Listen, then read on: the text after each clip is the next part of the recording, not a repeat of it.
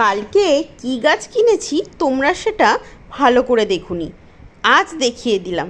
দেখো, আমি এই গাছটা কিনেছি, তবে এই গাছটার নাম আমি ঠিক জানি না।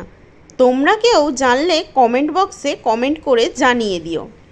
এই গাছটাকে প্রথমত দেখতে অপূর্ব, এবং আমি যতদূর ফেসবুক আর ইউটিউবে শুনেছি এই গাছটা নাকি ঘরের যে কোনো কোণায় খুব একটা রোদ্দুর ছাড়াই বেঁচে থাকে, আর অক্সিজেন সরবরাহ খুব ভালো করে। তাই আমি একটা এনে আমার ঘরের কোণায় রেখে দিয়েছি। আর এই গাছটার দাম নিয়েছে 90 টাকা, টবটার দামও নিয়েছে 90 টাকা, আর নিচের প্লেটটার দাম নিয়েছে 20 টাকা।